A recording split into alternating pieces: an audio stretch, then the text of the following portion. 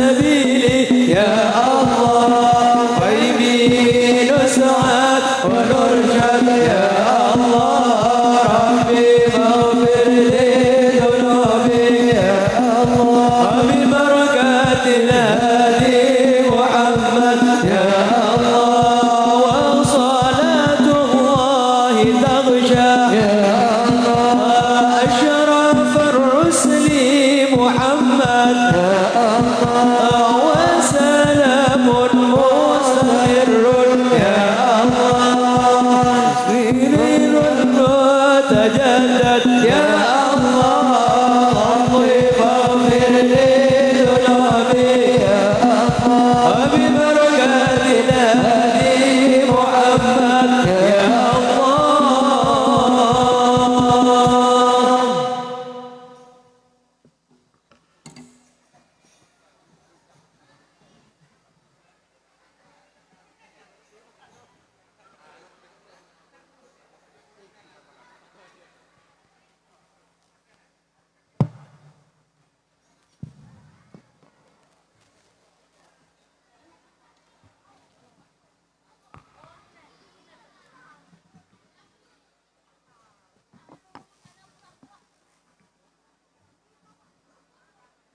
Assalamualaikum warahmatullahi wabarakatuh.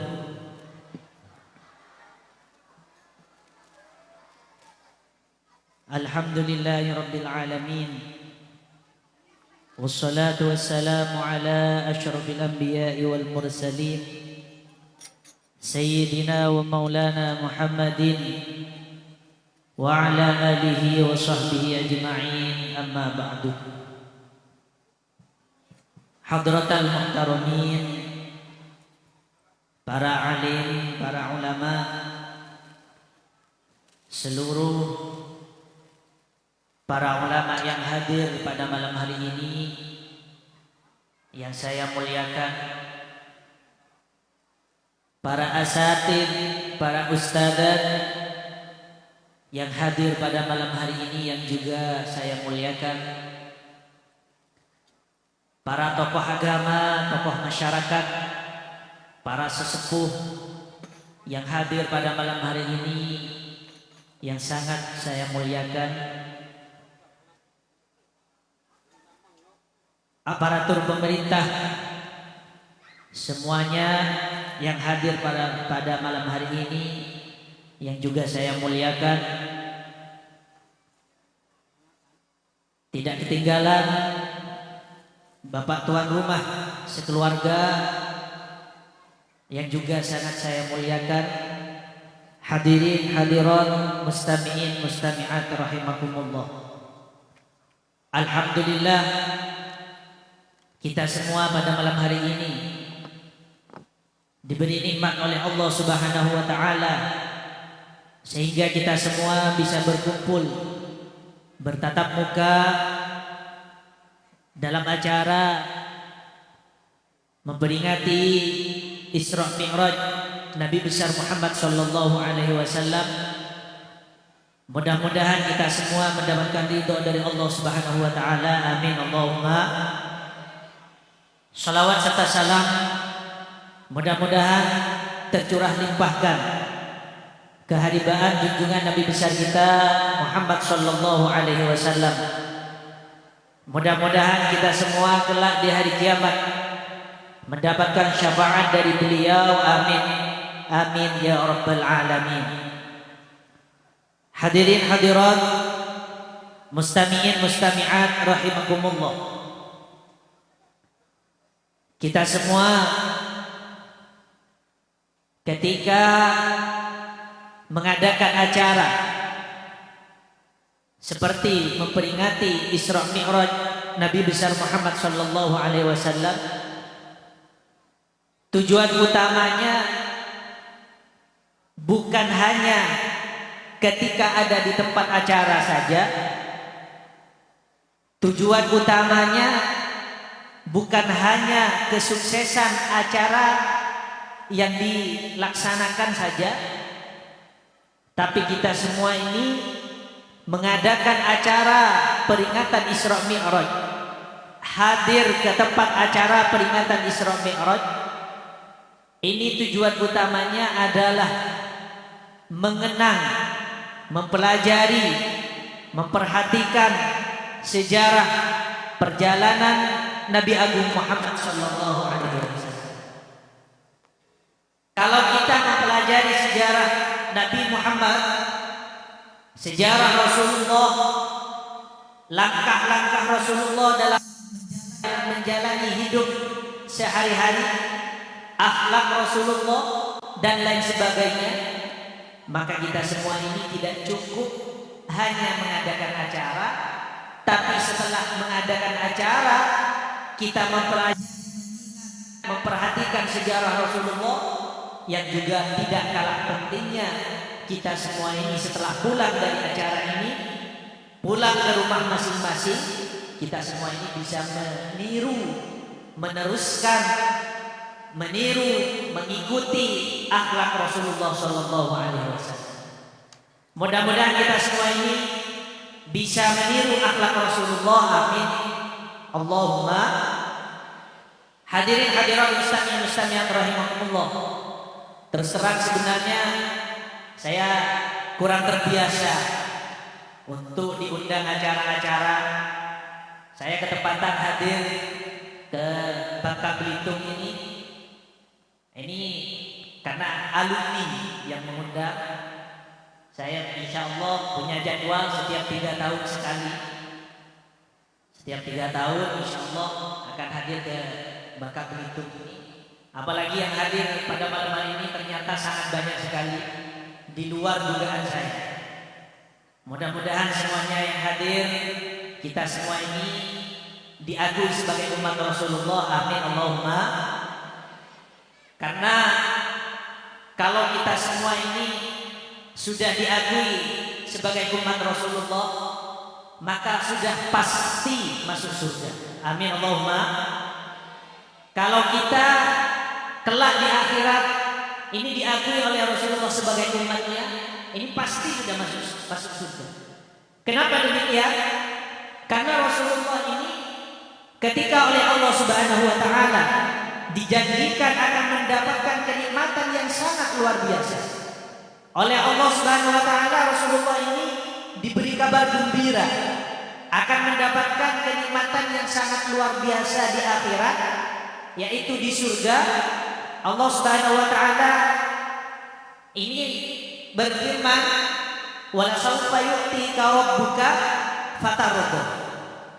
Allah taala ini berfirman di dalam Al-Qur'an bahwa kata Allah di dalam Al-Qur'an, Tuhanmu Muhammad, Tuhanmu wahai Muhammad, ini akan memberikan nikmat yang besar, nikmat yang sangat luar biasa kepada kamu kelak di akhirat. Fatarda, maka kamu akan menjadi orang yang sangat gembira, sangat rela, sangat senang.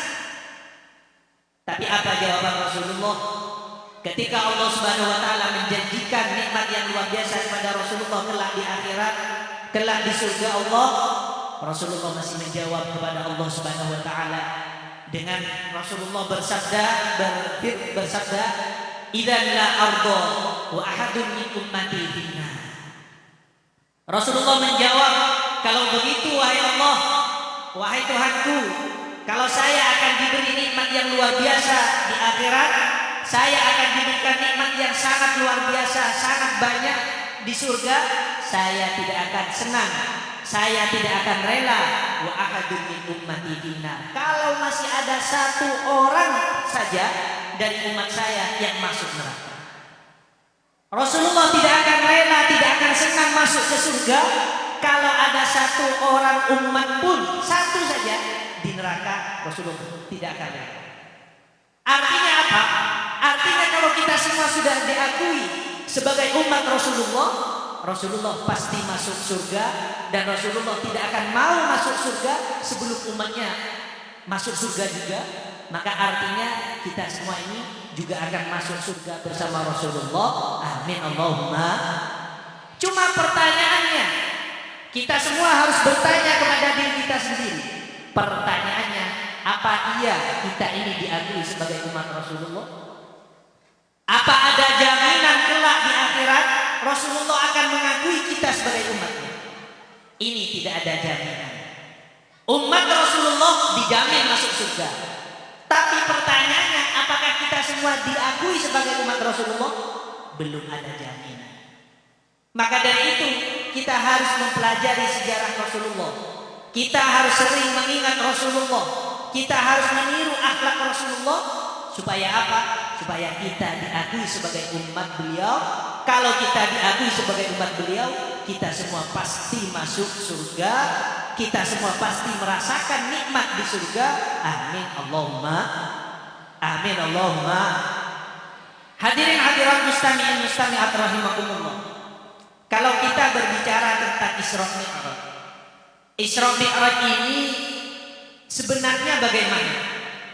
Isra Mi'raj itu adalah sebuah semacam hiburan kepada Rasulullah. Isra Mi'raj ini semacam hiburan bagi Rasulullah. Karena apa?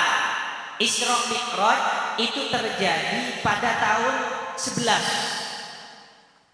Tahun 11 ketika Rasulullah ini sudah diutus. Tahun 11 dari terutusnya Rasulullah. Berarti kalau Rasulullah itu diutus umur berapa? Rasulullah diutus umur 40 tahun. Kalau 11 tahun dari 40 berarti umur berapa? Umur 51. Kira-kira Rasulullah umur 51, ini Rasulullah ada peristiwa Isra Mi'raj. Kenapa oleh Allah Rasulullah ini diberi keistimewaan berupa Isra Mi'raj? Karena ini semacam hiburan bagi Rasulullah, agar Rasulullah merasa senang, agar Rasulullah merasa bahagia. Kenapa? Karena Rasulullah ini pada tahun 10-nya Rasulullah ketika umur 50 tahun Rasulullah mengalami kesedihan yang sangat luar biasa. Kenapa Rasulullah sedih pada ketika umur 50 tahun? Ketika Rasulullah mendapatkan 10 tahun dari diutusnya Rasulullah, kenapa Rasulullah ini sedih? Karena di antara orang yang sangat berjasa kepada Rasulullah, ada 2 orang yang sangat berjasa kepada Rasulullah. Siapa 2 orang ini? Ada orang yang sangat berjasa kepada Rasulullah dari dalam, dari kondisi Rasulullah. Ada orang yang sangat berjasa kepada Rasulullah dari situasi, dari luar, dari situasi yang dihadapi oleh Rasulullah. Siapa 2 orang ini? Yaitu Siti Khadijah dan juga Abu Thalib. Siti Khadijah dan Abu Thalib ini 2 orang yang sangat berjasa kepada Rasulullah. Berjasa untuk perjuangan Rasulullah. Kenapa sangat berjasa? Karena begini, ketika Rasulullah ini sedih, Rasulullah menghadapi tantangan-tantangan dalam dakwahnya, menghadapi perlawanan-perlawanan dalam dakwahnya. Maka apa? Ketika Rasulullah pulang ke rumah, ke dalam beliau, maka apa yang terjadi? Kondisi Rasulullah sedih karena dakwahnya mengalami tantangan-tantangan, perlawanan-perlawanan. Yang bisa menenangkan Rasulullah adalah Siti Khadijah. Maka dari itu, istri yang baik adalah sosok seperti Siti Khadijah. Bagaimana istri yang baik? Yaitu ketika suaminya pulang ke rumah, ketika suami ini sedih, ketika suami ini susah, ketika suami ini sompek, maka yang bisa menghibur adalah sang istri. Kalau ibu-ibu bagaimana? Ketika istri sampean pulang, kira-kira ditenangkan oleh ibu apa semakin diruatkan? Apa bahasa Cak Madura? Oh, melarat tuh. Sejak bahasa Indonesia melarat. Yang banyak tidak seperti itu. Ketika suaminya sedih dari luar, capek dari luar, nyampe ke rumah semakin capek. Betul bapak-bapak? Oh, betul. Panas dari luar, menghadapi tantangan-tantangan di luar, nyampe ke rumah ditantang lagi. Sosok yang baik seorang istri tidak seperti itu. Sosok yang baik adalah seperti Siti Khadijah. Bagaimana Rasulullah menghadapi tantangan di luar, perlawanan di luar, capek, sedih dan lain sebagainya. Ketika sudah nyampe ke rumah, Rasulullah hilang semua capek itu, hilang semua kesedihan itu. Karena apa? Karena dihibur oleh Siti Khadijah. Mudah-mudahan ibu-ibu bisa meniru Siti Khadijah. Amin Allahumma. Maka Siti Khadijah ini adalah orang yang membantu Rasulullah dari dalam. Artinya kalau bahasa HP-nya itu, kalau bahasa HP-nya dari dalam itu artinya internal ya. Kalau memori kan ada memori internal. Ini yang membantu Rasulullah dari dalam. Kenapa? Mempengaruhi jiwa Rasulullah. Rasulullah asalnya jiwanya enggak tenang, sedih, bingung dan lain sebagainya. Ketika pulang ke rumah, ada yang membantu Rasulullah dari internal, dari dalam, dari kondisi Rasulullah, yaitu Siti Khadijah. Ada juga orang yang sangat berjasa kepada Rasulullah yang dari luar, yang dari eksternal, yang dari situasi. Siapa? Yaitu Abu Thalib. Abu Thalib ini bagaimana? Rasulullah ini mempunyai paman Abu Thalib. Abu Thalib itu adalah tokoh yang disegani oleh orang-orang Quraisy. Sehingga apa? Orang-orang Quraisy yang ingin menyakiti Rasulullah, yang ingin menghina Rasulullah, yang ingin melawan Rasulullah, orang-orang Quraisy ini sungkan kepada Abu Thalib. Makanya Rasulullah ini ada orang yang sangat membantu Rasulullah untuk perjuangan Rasulullah, yaitu Abu Thalib dari luar, dari eksternal atau dari situasi, yaitu Abu Thalib. Ternyata apa yang terjadi ketika tahun 10 Rasulullah kira-kira umur 50 tahun, ternyata dua orang ini sama-sama wafat. Siti Khadijah wafat, Abu Thalib juga wafat. Bahkan selangnya ini hanya berselang, selisihnya hanya 1 bulan antara Siti Khadijah dan Abu Thalib. Makanya tanggal tahun 10 ini, ketika Rasulullah umur 50 tahun ini diberi nama Amul Huzni, tahun kesedihan. Kenapa? Rasulullah merasa sedih. Sebenarnya begini, hadirat muslimin rahimakumullah. Yang dipikirkan oleh Rasulullah, memang betul Rasulullah ini adalah manusia biasa. Rasulullah ini manusia biasa, sehingga mungkin ditinggalkan oleh istri tercintanya yaitu Siti Khadijah, juga ditinggalkan oleh pamannya Abu Thalib yang juga berjasa kepada Rasulullah. Mungkin Rasulullah ini memang sedih sebagai manusia biasa. Tapi juga ada kesedihan yang sangat luar biasa pada Rasulullah gara-gara ditinggalkan dua orang ini. Kesedihan apa? Kesedihan memikirkan bagaimana nasib perjuangan Rasulullah. Kalau Rasulullah ini berjuang bisa lumayan sukses gara-gara ada yang membantu dua orang ini, yaitu Siti Khadijah dan Abu Thalib. Pada tahun 10 dari terutusnya Rasulullah, ternyata dua orang yang membantu dakwah Rasulullah ini sudah wafat, sudah meninggal dunia. Rasulullah sedih. Rasulullah memikirkan bagaimana kedepannya dari dakwah, perjalanan dakwah Rasulullah. Makanya Rasulullah ini sangat sedih luar biasa. Bukan hanya karena ditinggalkan oleh orang yang dicintai, tapi Rasulullah memikirkan bagaimana perjalanan perjuangan Rasulullah ke depan. Makanya Rasulullah ini sedih luar biasa. Bahkan hadirat muslimin rahimakumullah, setelah dua orang ini meninggal dunia, tidak cukup sampai di situ kesedihan Rasulullah. Bagaimana kesedihan Rasulullah juga ketika dua orang ini sudah meninggal dunia, akhirnya orang Quraisy ini semakin ganas dalam menyiksa Rasulullah, semakin semangat untuk melawan Rasulullah. Karena orang yang berjasa untuk dakwahnya Rasulullah sudah wafat, sudah meninggal dunia. Maka apa yang terjadi? Orang Quraisy semakin menyakiti Rasulullah. Orang Quraisy semakin menentang dakwah Rasulullah. Akhirnya Rasulullah ini harus bagaimana? Rasulullah harus mencari tempat lain untuk menyebarkan agama Islam. Karena sudah dipandang oleh Rasulullah, ini kalau di Mekah, ini kayaknya sudah mentok. Sudah sulit untuk menyebarkan agama lagi. Untuk menyebarkan Islam sudah sulit. Perlawanan dari orang Quraisy sudah terlalu kuat. Akhirnya apa? Rasulullah ini minta tolong. Bukan hanya minta tolong, Rasulullah ini sebenarnya ingin berdakwah ke tempat lain. Akhirnya Rasulullah hijrah ke Taif. Pernah dengar ya? Rasulullah hijrah ke Taif. Itu tahun 10. Artinya Rasulullah kira-kira umur 50. Setelah hijrah ke Taif, tujuan utamanya apa? Ingin mengajak orang-orang Taif untuk masuk Islam. Kenapa? Karena Rasulullah mengajak di Mekah sudah tidak bisa, dilawan terus oleh orang Quraisy. Akhirnya Rasulullah ingin melalui Taif. Pergi ke Taif Rasulullah, pergi ke orang-orang Taif, akhirnya diajak oleh Rasulullah. Apa yang terjadi?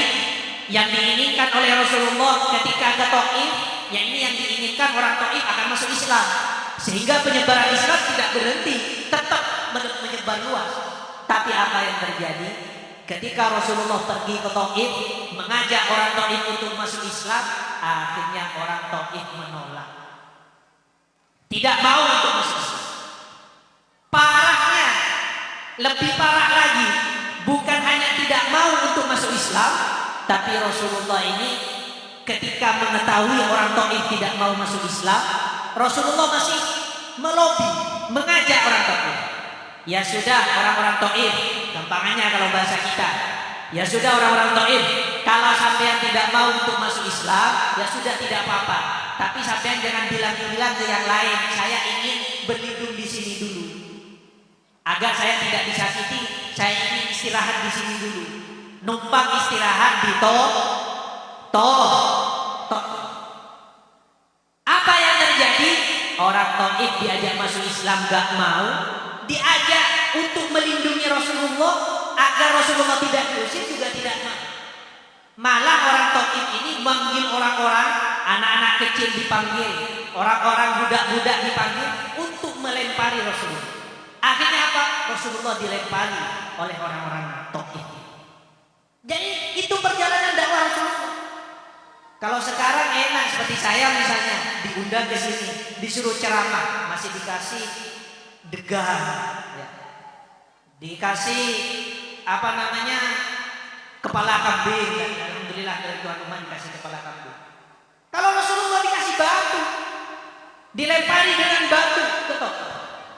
Jadi di tahun 10 ini luar biasa kesediaan Rasulullah. Sudah ditinggal oleh Siti Khadijah, sudah ditinggal oleh Abu Thalib, pergi ke Taif, ingin mengajak orang Taif masuk Islam, gak mau, ingin mencari perlindungan ke Taif, malah dilempari dengan batu. Rasulullah sedih luar biasa, sampai luka. Akhirnya apa yang terjadi? Mungkin singkat ceritanya, saya juga tidak paham secara lengkap, tapi secara singkat Rasulullah akhirnya kembali lagi. Dari Taif ini kembali lagi. Dan ini ya kasih sayang Rasulullah kepada orang sesama manusia. Rasulullah ketika pergi ke Taif, oleh orang-orang Taif dilempari dengan batu, Rasulullah sakit sampai Rasulullah ini luka. Akhirnya apa? Malaikat ini ada yang pergi ke Rasulullah, menawarkan diri kepada Rasulullah. Wahai Rasulullah, saya ini malaikat, gambarnya seperti itu. Apakah sampean menginginkan tanah di Taif ini saya balik sehingga tanah ini bisa menimpa kepada orang-orang Taif yang sudah berani melempari sampean? Apakah sampean ingin orang-orang Taif ini mati semua gara-gara sudah berani melempari sampean? Jawaban Rasulullah bagaimana? Tidak malaikat. Allahumma hdi qaumi fa innahum la ya'lamun. Malah Rasulullah berdoa, ya Allah, mudah-mudahan kaum saya ini diberi hidayah oleh Engkau ya Allah. Karena mereka tidak tahu, masih belum iman bahwa saya adalah utusan Engkau. Orang melempari Rasulullah, oleh Rasulullah bukan didoakan supaya mati, tapi oleh Rasulullah malah didoakan semoga mendapat hidayah. Kira-kira kalau ada orang melempari sampean dengan batu, doa sampean apa? Orang baik-baik saja didoakan mati, apalagi sampai melempar. Melihat orang lain saja yang orang lain lebih sukses didoakan celaka, apalagi sampai mengganggu saja. Rasulullah tidak. Sudah sedih luar biasa mengajak orang Taif, sudah tidak mau, malah dilempari batu, ditawarkan oleh malaikat ingin dihancurkan orang Taif, tidak mau, malah berdoa kepada Allah, ya Allah, semoga orang-orang Taif diberi hidayah. Makanya hadirin hadirat muslimin rahimakumullah, untuk zaman sekarang, mari saya mengajak kepada sampean, mari kita ini jaga persatuan umat Islam. Lebih lebar lagi, jaga persatuan warga Indonesia. Harus kita jaga. Kita doakan doa yang baik. Coba bayangkan hadirin hadirat muslimin rahimakumullah, kalau sampai kita ini saling mendoakan dengan doa yang buruk, yang jelek, ini celaka. Coba sampean tidak senang pada tetangga sampean, sampean berdoa, ya Allah, semoga tetangga saya celaka. Tetangga sampean enggak senang pada sampean, tetangga sampean juga berdoa, ya Allah, semoga dia juga celaka. Yang coba sampean pikir, kalau sampai kedua-duanya ini doanya mustajab, diterima oleh Allah, akhirnya kedua-duanya sama-sama celaka. Mudah-mudahan diselamatkan oleh Allah. Amin Allahumma. Mestinya bagaimana sebagai sesama umat Islam, mestinya didoakan, ya Allah, saya tidak suka kepada kelakuan tetangga saya, ya Allah, mudah-mudahan diberi hidayah.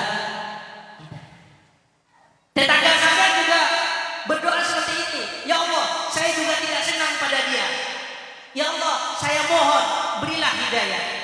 Kalau kedua doa ini sama-sama mustajab, diterima oleh Allah, maka kedua-duanya akan mendapatkan hidayah. Amin Allahumma. Sama dengan misalnya sampean melihat ada tetangga sampean misalnya kaya raya tapi pelit, ada apa enggak? Insya Allah enggak ada ya. Kalau tanya sama orangnya enggak ada, insya Allah enggak ada. Kalau sampean menemukan gitu, ada tetangga sampean kaya tapi pelit, apa doa sampean? Kalau sampean berdoa, ya Allah, semoga bangkrut. Ketika bangkrut, apa yang terjadi? Sampean harus membantu tetangga sampean yang bangkrut itu. Rogi itu kan ya. Rogi TV gara-gara doa TV. Rugi sendiri gara-gara doa yang tidak baik. Coba sampean, kalau sampean melihat tetangga sampean kaya tapi pelit, doakan, ya Allah, semoga jadi dermawan ya Allah. Kalau jadi dermawan, dia sedekahnya pada siapa? Pada kita.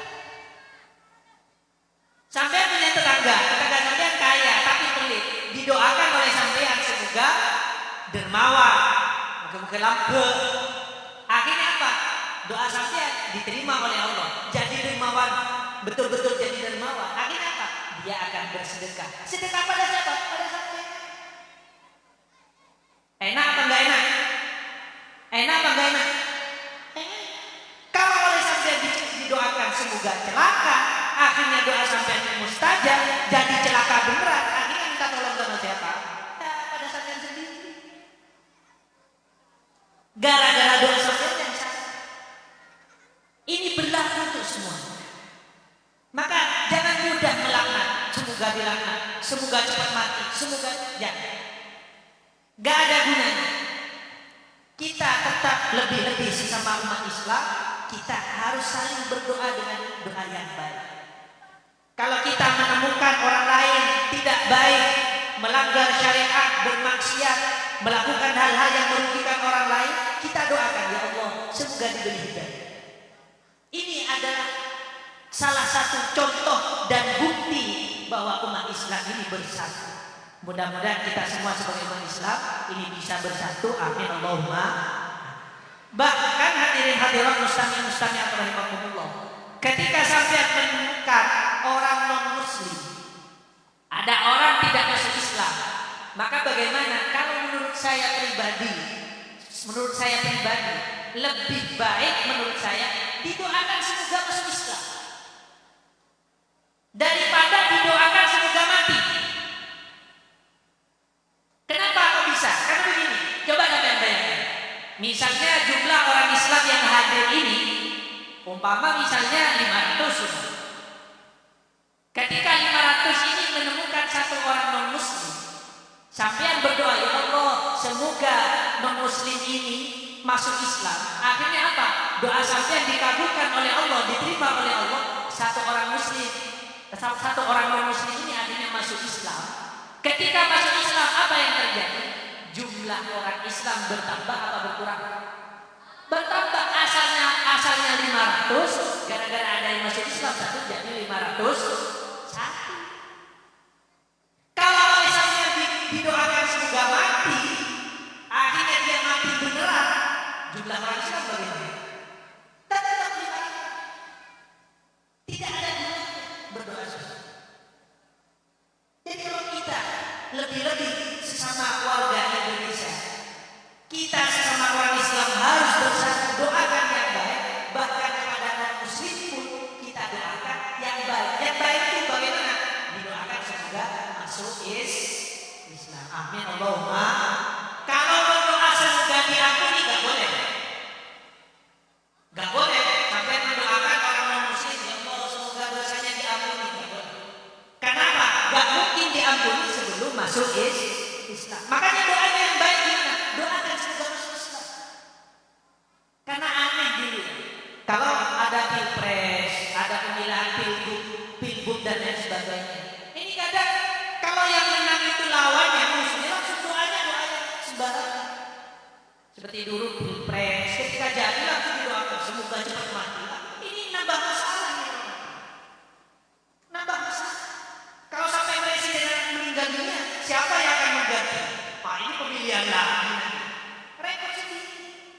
Kalau sampai menemukan orang yang orang itu menurut sampai tidak cocok kepada syariat Islam, doakan ya Allah, semoga yang belum dapat hidayah cepat diberi hidayah. Ini menyelesaikan masalah tanpa masalah. Kalau sampai doa yang buru-buru ini nambah masalah.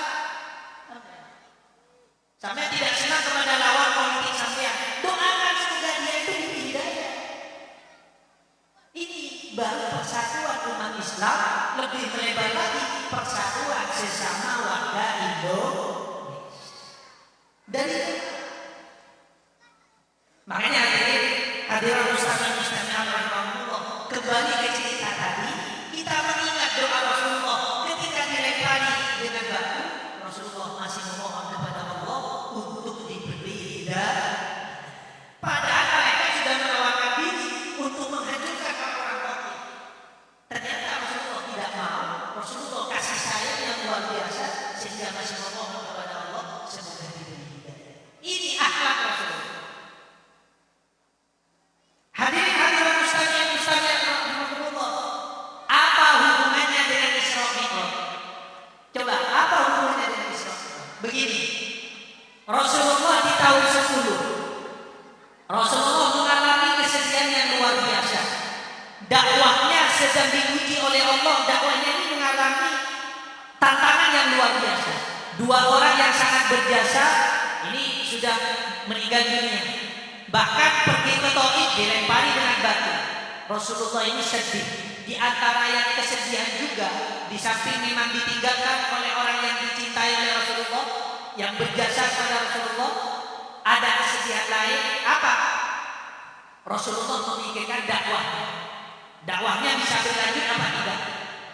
Ada lagi kesedihan Rasulullah yang luar biasa pada waktu itu. Apa kesedihan Rasulullah? Kesedihan Rasulullah ini, Rasulullah sangat khawatir dirinya ini dimurkai oleh Allah. Rasulullah ini berpikir, ya Allah, kenapa cobaan sangat besar? Dua orang yang saya cintai meninggal dunia. Dakwah saya dicoba ketika saya hijrah ke Taif, minta perlindungan ke orang Taif, tidak mau masuk Islam, masih melempari dengan batu. Apakah engkau telah murka kepada saya? Itu yang dikhawatirkan oleh Rasulullah. Rasulullah sangat khawatir Allah Ta'ala sedang murka. Ngerti murka? Pak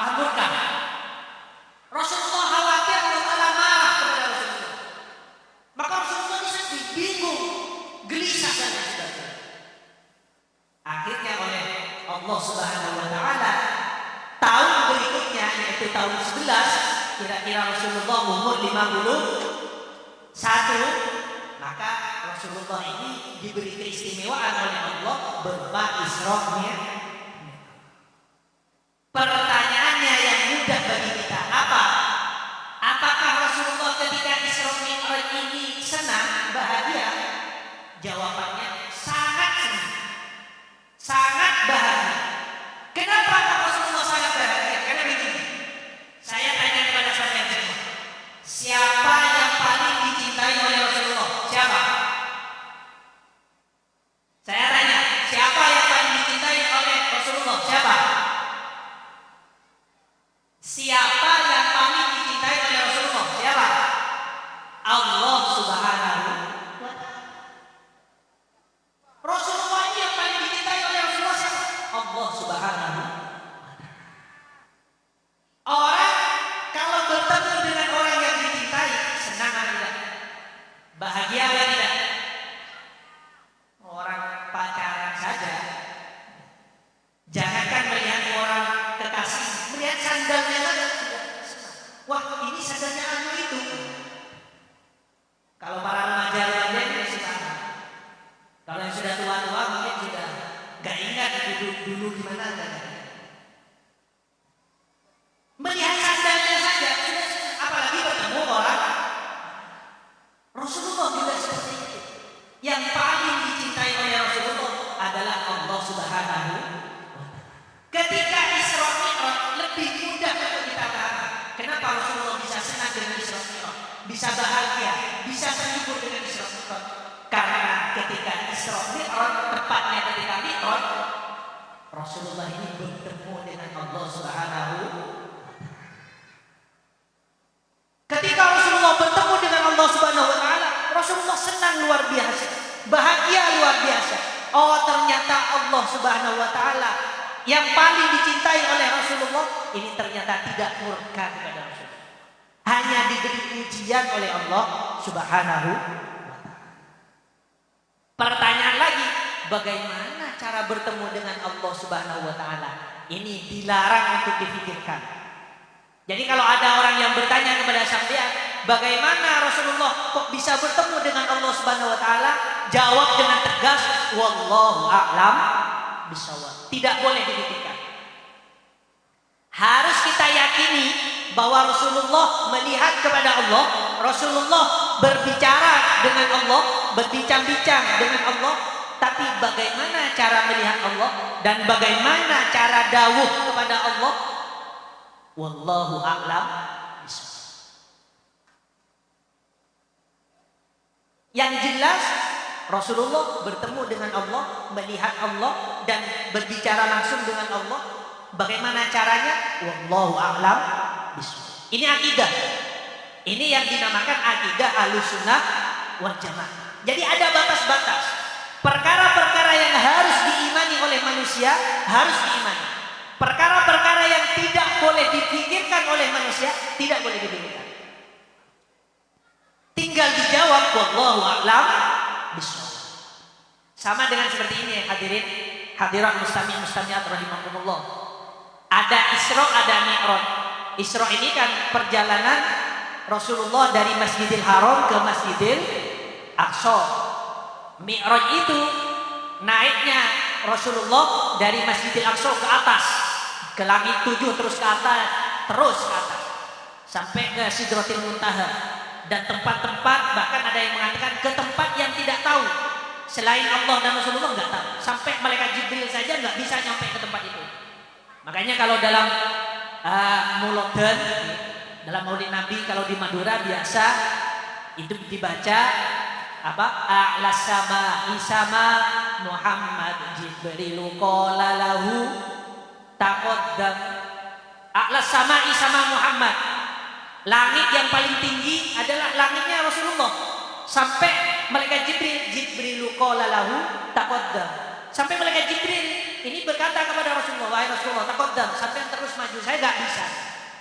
Menembus itu enggak bisa. Hanya sebagai keistimewaan kepada Rasulullah saja. Lah ini yang jangan sampai salah paham. Ketika ditanyakan Rasulullah bertemu dengan Allah Subhanahu wa taala, Rasulullah ada di mana? Jawabannya ada di atas. Bahkan di atasnya langit yang 7, di atasnya. Pertanyaan keduanya jangan sampai salah. Allah taala ketika bertemu Rasulullah ada di mana? Jawabnya Allah tidak punya tempat. Jadi jangan salah sampean. Jangan apa kata yang di atas artinya Allah taala ada di atas, enggak ada, enggak bisa. Allah taala itu sudah ada sebelum tempat ini ada. Tempat semuanya ini, langit, bumi, aras semuanya, ini yang menciptakan Allah Subhanahu wa taala. Kalau Allah taala punya tempat, loh, kok aneh, tempatnya diciptakan oleh Allah, tapi Allah menempati tempat tersebut, kan aneh. Allah taala enggak punya tempat. La mahallalah, tidak punya tempat. Makanya Allah punya sifat qiyamuhu binafsihi. Allah taala tidak butuh kepada yang lain, termasuk kepada tempat, tidak butuh. Jadi sampean ketika mendengarkan apa kata yang di atas itu jangan dibayangkan Allah taala di atas. Tapi maksudnya bagaimana? Apa kata yang di atas? Artinya apa kata zat yang mulia. Mulia.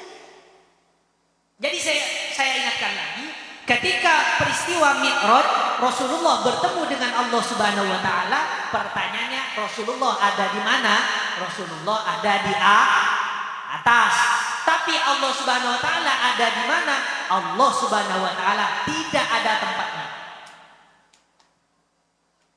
Paham ya? Paham ya? Ini memang begitu ya. Mungkin apa ya? Ceramah saya ini ya nanggung gitu. Bilang lucu ya gak lucu, bilang keras ya gak keras, bilang ilmiah ya gak ilmiah, ya pokoknya seadanya ya. Diteruskan apa cukup? Teruskan apa cukup? Ini sudah banyak yang ngantuk. Jadi ini kenapa ada peristiwa Isra Mi'raj ini, diantara hikmahnya karena Rasulullah pada tahun 10 Rasulullah sedih luar biasa. Akhirnya tahun 11 oleh Allah Subhanahu wa taala Rasulullah diberi hiburan berupa Isra Mi'raj. Kenapa Rasulullah bisa senang, bisa terhibur dengan peristiwa Isra Mi'raj? Karena di waktu Mi'raj Rasulullah bertemu dengan yang paling dicintai oleh Rasulullah, yaitu Allah Subhanahu wa taala. Bagaimana cara bertemunya? Allah taala bertemu dengan Rasulullah, jawab dengan tegas, wallahu a'lam bishawab. Hadirin hadirat mustami'in mustami'at rahimakumullah.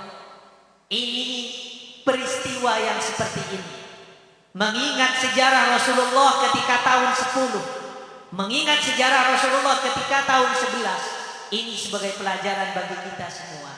Kadang-kadang kita ini mengalami kesedihan. Pernah sedih? Pernah sedih? Kadang-kadang kita mengalami kebahagiaan. Pernah bahagia? Pernah senang? Pernah. Kalau kita sedih, naudzubillah, semoga diselamatkan oleh Allah Subhanahu wa taala, amin Allahumma. Maka kita mengingat tahun 10 Rasulullah juga sedih. Ketika kita merasa senang, merasa bahagia, ingatlah Rasulullah tahun 11 juga senang, juga bahagia. Bagaimana akhlak Rasulullah? Coba kalian bayangkan. Ketika Rasulullah ini sedih luar biasa tahun 10, apa yang terjadi? Rasulullah sabar dan tidak putus asa. Coba sampai dilempari batu, besoknya sudah tidak berdakwah lagi. Kadang disuruh imami masjid saja sudah malas. Ada ngajar saja, terus punya muridnya tidur saja, itu saja sudah malas. Padahal dulu ustaznya juga suka tidur. Tapi punya cobaan seperti itu, kadang sudah patah semangat. Tapi Rasulullah tidak. Rasulullah sedih luar biasa, ditinggalkan oleh orang yang dicintai, dakwahnya sedang mengalami tantangan dan perlawanan. Rasulullah tetap tidak putus asa. Rasulullah tetap tidak kecil hati. Ketika kita ini senang, bahagia, ketika kita ini sukses dan lain sebagainya, bagaimana? Ingat Rasulullah dulu tahun 11 Rasulullah juga sukses, juga luar biasa senang, luar biasa bahagia. Tapi apa yang terjadi? Rasulullah tidak Rasulullah tetap bersyukur kepada Allah Subhanahu wa ta'ala.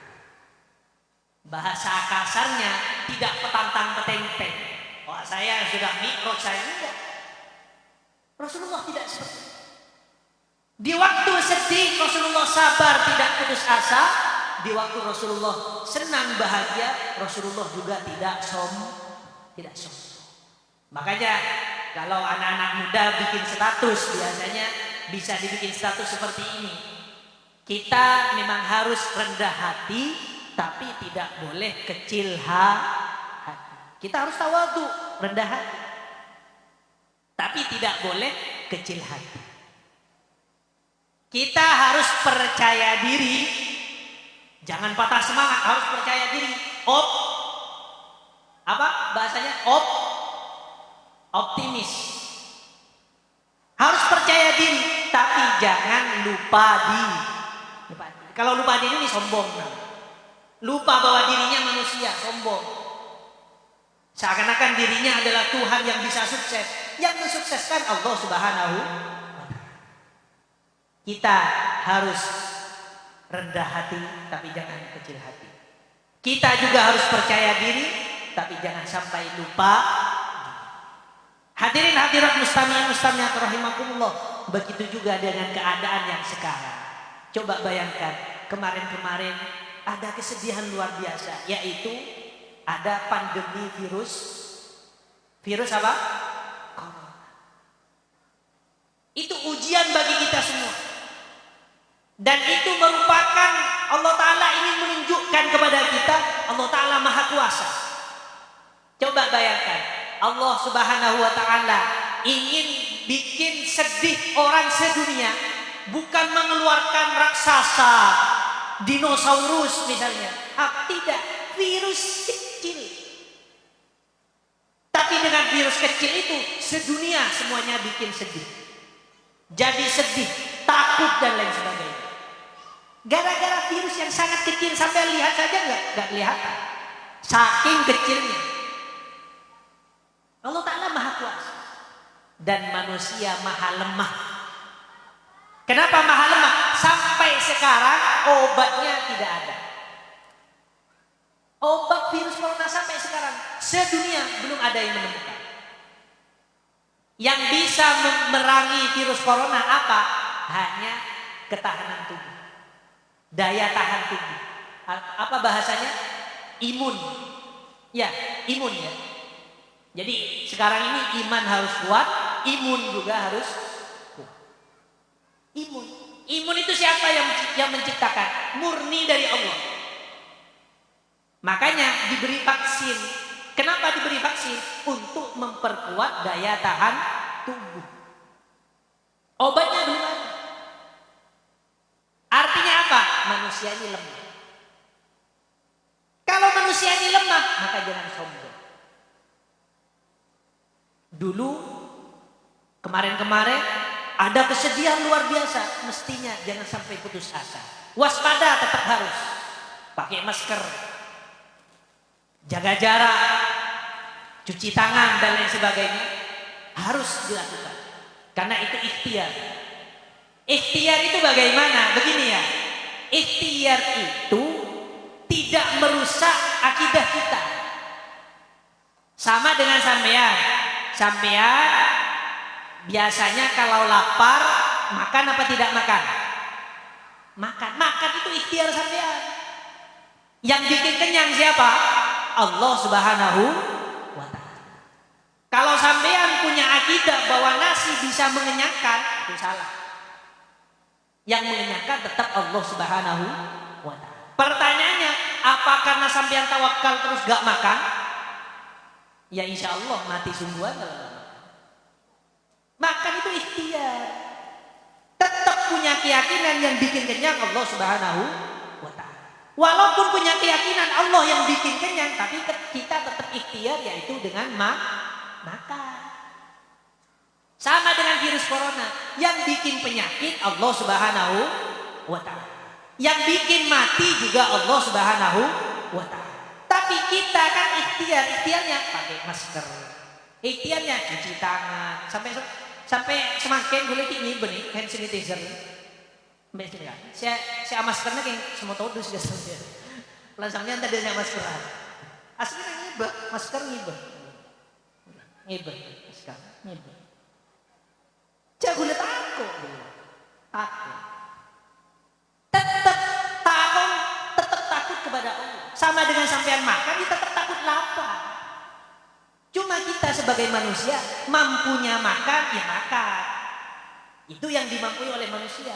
Mampunya pakai masker, mampunya jaga jarak, mampunya ikut vaksin, ya itu yang dilakukan. Soal yang menyelamatkan siapa? Tetap Allah Subhanahu wa taala. Jadi kita itu ada tingkatan masing-masing. Tingkatan manusia ya bukan menyembuhkan, tingkatan manusia berusaha. Ikhtiar. Tingkatan manusia bagaimana? Tidak bikin kita kenyang sendiri, tetap Allah yang bikin kenyang.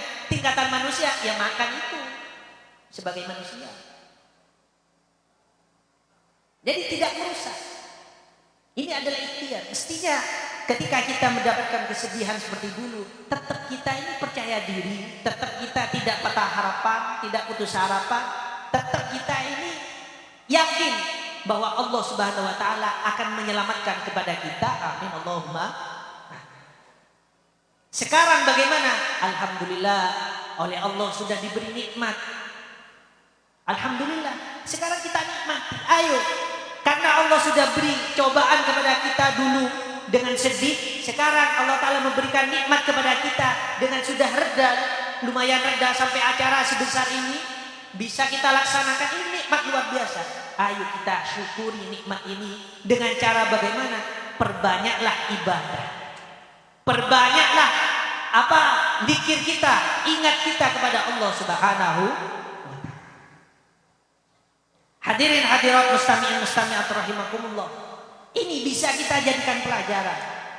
Di saat kita sedih, tirulah seperti Rasulullah, bahwa kita tetap berusaha, tetap tidak putus asa, tetap semangat.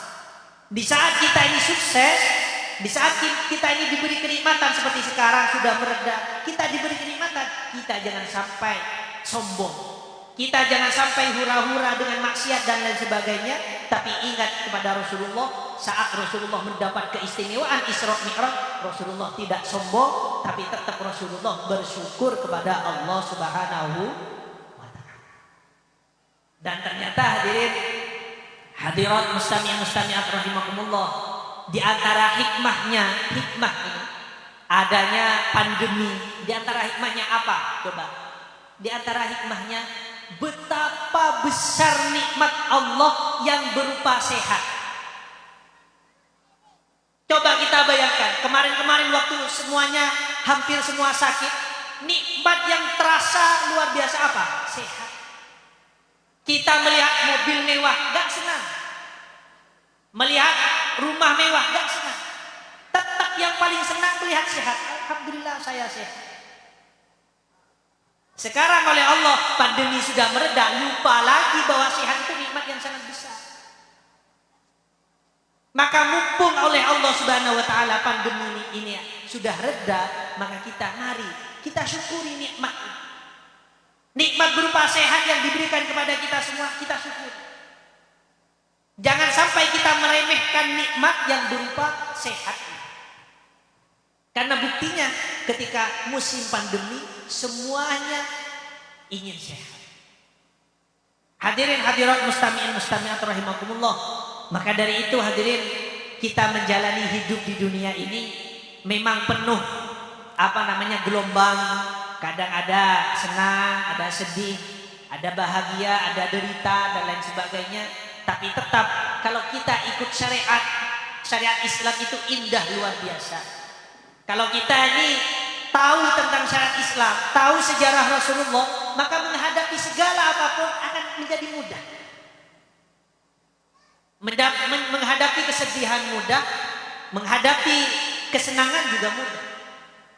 Menghadapi kesedihan akan sabar, tidak putus asa, menghadapi kesenangan, kebahagiaan, juga akan bersyukur dan tidak akan sombong. Ini kalau kita mencontoh kepada akhlaknya Rasulullah Sallallahu Alaihi Wasallam. Hadirin hadirat mustami'in mustami'at rahimakumullah. Jadi kalau kita simpulkan hadirin, dari peristiwa Isra Mi'raj ini kita bisa mengambil pelajaran bahwa apa, dengan adanya Isra Mi'raj ini kita tahu peristiwa Isra Mi'raj itu terjadi pada tahun 11. Kira-kira Rasulullah umur 51. Kenapa terjadi Isra Mi'raj? Karena sebelumnya di antara hikmahnya, karena sebelum tahun 11 yaitu tahun 10, kira-kira Rasulullah umur 50 tahun, Rasulullah sedih luar biasa. Kenapa Rasulullah ini sedih? Karena Rasulullah ditinggalkan oleh Siti Khadijah. Siti Khadijah ini yang berjasa kepada Rasulullah dalam dakwah Rasulullah dari dalam, dari internal atau dari kondisi Rasulullah. Rasulullah juga ditinggalkan oleh Abu Thalib. Abu Thalib ini yang sangat berjasa kepada Rasulullah dari situasi, dari eksternal atau dari luar. Rasulullah juga sedih tahun 10 karena Rasulullah hijrah ke Taif mengajak Islam, ternyata tidak mau, bahkan dilempari dengan batu. Tapi Rasulullah tetap tidak berdoa dengan buruk. Rasulullah tetap berdoa mudah-mudahan orang Taif diberi hidayah. Maka kita semua harus saling berdoa dengan doa yang baik. Amin Allahumma.